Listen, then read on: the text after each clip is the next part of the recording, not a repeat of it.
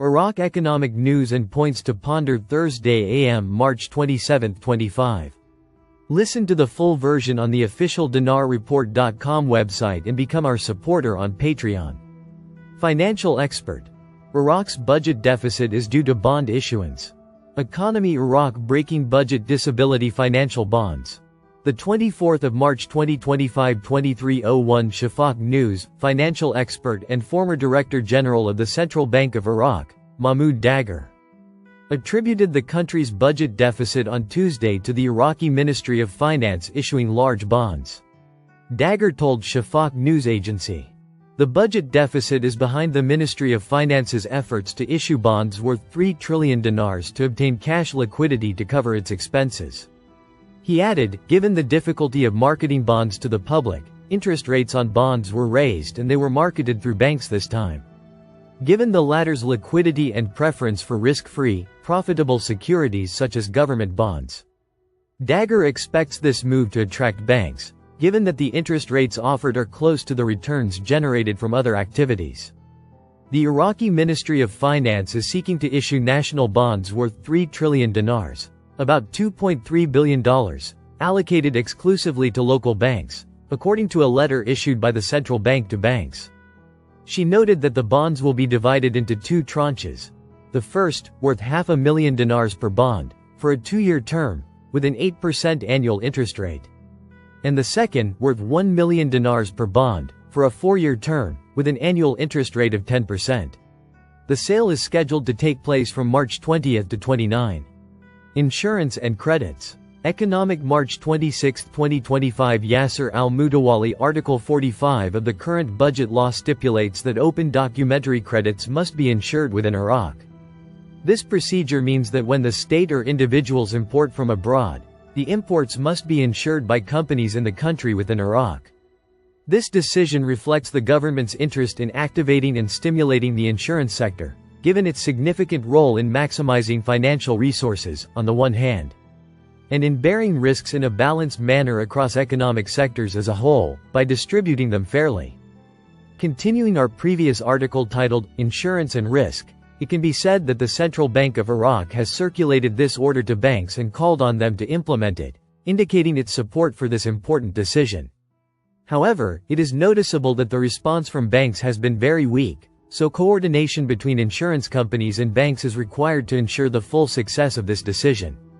The current government, in its efforts to support the insurance sector, is attempting to revitalize this vital and important financial sector. These measures may be a response to what we raised here in Al Sabah newspaper, given the difficulties this essential sector is facing. It is clear here that there is unfortunately a lack of insurance culture, for which the insurance companies themselves and the economic media bear responsibility. It is worth emphasizing here that, in this measure will contribute to maximizing the budget's financial resources addition to preserving the hard currency that goes to international insurance companies in the insurance process. The benefit of the domestic insurance decision will therefore be to stimulate important economic sectors, such as insurance companies and banks, while providing many job opportunities in this field, thus alleviating the widespread unemployment among young people. Here, I believe that a partnership should be created between reputable Iraqi insurance companies and international companies, with the aim of benefiting from each other's expertise. Similar to the partnership between our banks and correspondent banks, to ensure profitability from the outset. We ask, what role does the Iraqi insurance company play in these changes? It used to play a major role in ensuring imports and exports and investing funds domestically and internationally. In a related context, the government's support for this sector was not limited to requiring documentary credit insurance, but this interest was also reflected in the new health insurance law, which encouraged insurance companies to issue insurance policies for expatriate and resident workers. Thus, insurance companies will flourish again, but insurance companies are required to work on developing their workforce.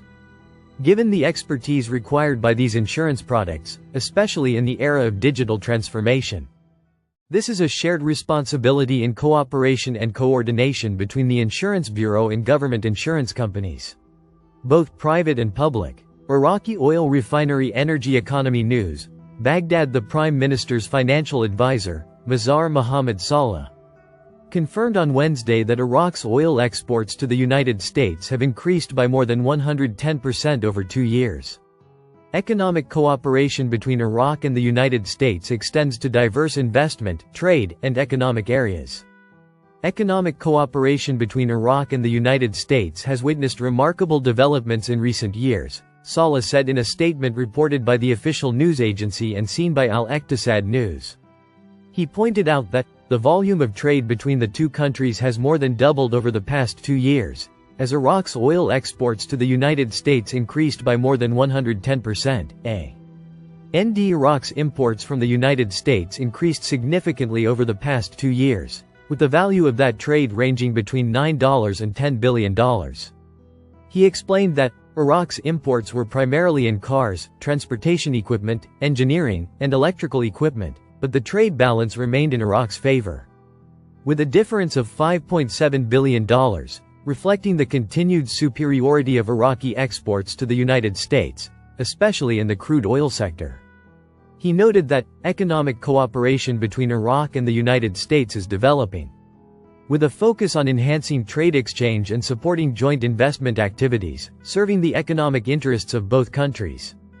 Saleh stated that financial and economic cooperation is part of a positive, shared dialogue between the two countries. Since the beginning of this year, many mutual understandings have been reached in the field of economic cooperation, which are consistent with supporting stability and economic reforms outlined in the government's program, particularly the development of an attractive investment cooperation environment for investors between the two friendly countries, within the framework of the country's general economic policy to achieve sustainable development goals. Listen to the full version on the official dinarreport.com website and become our supporter on Patreon. Source: dinarrecaps.com